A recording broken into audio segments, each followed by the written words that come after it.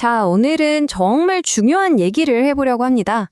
AI가 우리의 일과 부, 그리고 삶의 방식을 어떻게 송두리째 바꾸고 있는지 그 거대한 변화의 핵심 속으로 한번 들어가 보시죠. 와, 일해서 돈 버는 시대는 끝났다. 굉장히 충격적인 말이죠? 근데 이게 그냥 하는 말이 아니라 정말 빠르게 우리 현실이 되고 있다는 게 더 무서운 점입니다. 아니, 이게 그냥 과감한 예측일까요? 아니면 벌써 시작된 현실일까요? 이 질문에 대한 답을 찾으려면 우리가 꼭 알아야 할 게 하나 있습니다. 바로 완전히 새로운 종류의 AI입니다. 바로 에이전틱 AI라는 건데요.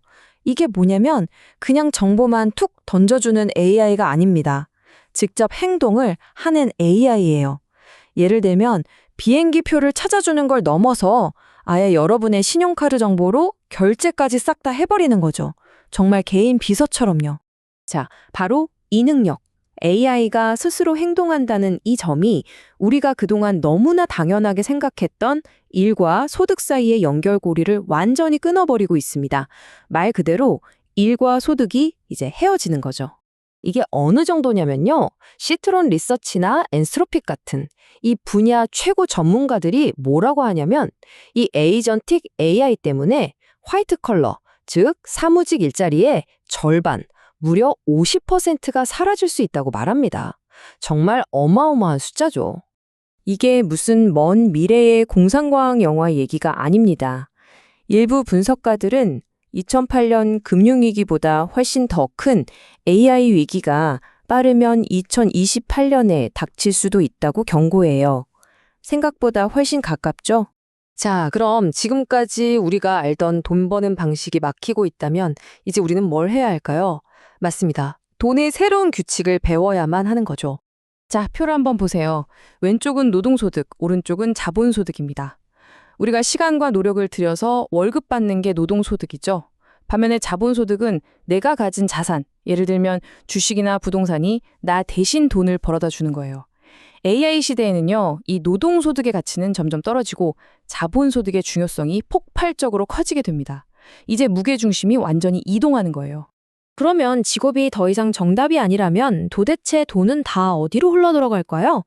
이 질문이 바로 우리 시대의 가장 큰 투자 기회로 우리를 안내할 겁니다. 네, 맞습니다. 지금은 AI 골드러쉬 시대죠. 그런데 중요한 건 지금까지 우리가 캐던 금광의 위치가 곧 바뀔 거라는 겁니다. 이걸 이해하려면 두 단계를 알아야 해요. 학습과 추론입니다. 지금까지는 AI를 가르치는 학습 단계에 돈과 관심이 쏠렸어요. 비싼 GPU 사고, HBM 메모리 사고, 다 2단계 때문이었죠. 하지만 이제 판이 바뀝니다. 잘 학습된 AI를 실제로 써먹는 단계, 바로 추론의 시대가 오고 있는 겁니다. 인프라도 완전히 달라지죠. 이 비유가 정말 기가 막히는데요. GPU는 AI의 덤프트럭이고 NPU는 세단이에요. 여러분, 매일 출퇴근하는데 덤프트럭 몰고 다니진 않잖아요. 연비도 안 나오고 너무 비효율적이죠.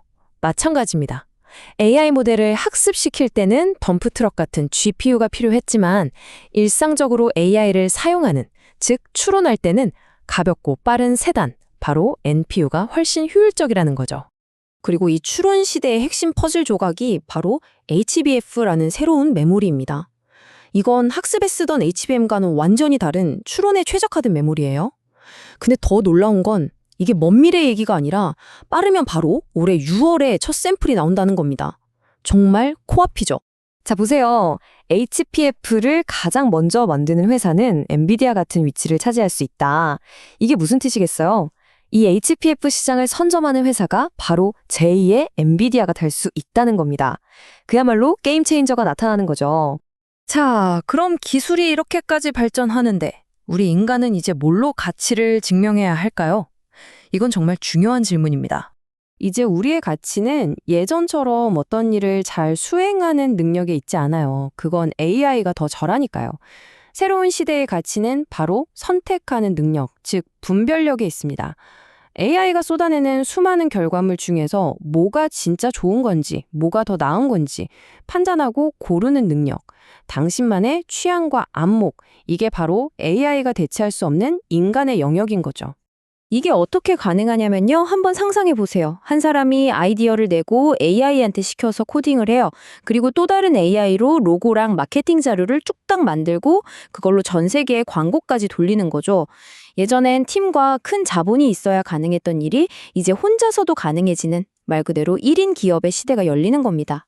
이야기가 여기까지 오면 부모님들은 이런 고민을 하실 거예요. 와, 그럼 우리 애들은 도대체 어떻게 키워야 가지? AI 시대의 자녀 교육, 정말 큰 숙제죠. 이제는요, 슈퍼스타 경제 시대입니다. 어떤 분야든 상위 10%가 거의 모든 걸 가져가는 세상이죠. 그래서 어중간하게 여러 개를 잘하는 것보다 아이가 정말 미치도록 좋아하는 좁은 분야, 그 틈새 시장에서 대체 불가능한 전문가가 되도록 도와줘야 해요. 공부, 이게 아니라 빠르게 배우는 적응력, 실패해도 다시 일어서는 회복 탄력성, 그리고 좋은 것을 알아보는 분별력, 이런 것들이 훨씬 더 중요해집니다. 결국 AI 시대의 생존법은 이거예요. 팔방미인이 아니라 한 분야의 덕후, 한 분야의 대가가 되는 것. 그것만이 진짜 경제력 자유와 안정을 가져다 줄 겁니다. 자, 이제 거의 다 왔는데요. 마지막으로 이 무서운 AI를 직접 만들고 있는 사람, 엔스로픽의 CEO가 전하는 3가지 예언을 한번 들어보시죠. 좀 섬뜩할 수도 있습니다. AI는 이제 단순한 기술이 아니에요. 이건 거의 새로운 문명의 시작입니다. 더 이상 AI랑 같이 살까 말까를 고민할 때가 아니죠. 질문은 오직 하나입니다.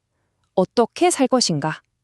오늘 우리가 이야기 나눈 것들, 노동에서 자본으로, 그리고 평범한 기술에서 깊은 전문성으로의 이동, 이게 바로 다가올 세상에서 살아남고 또 번영하기 위한 일종의 지도라고 할 수 있겠습니다.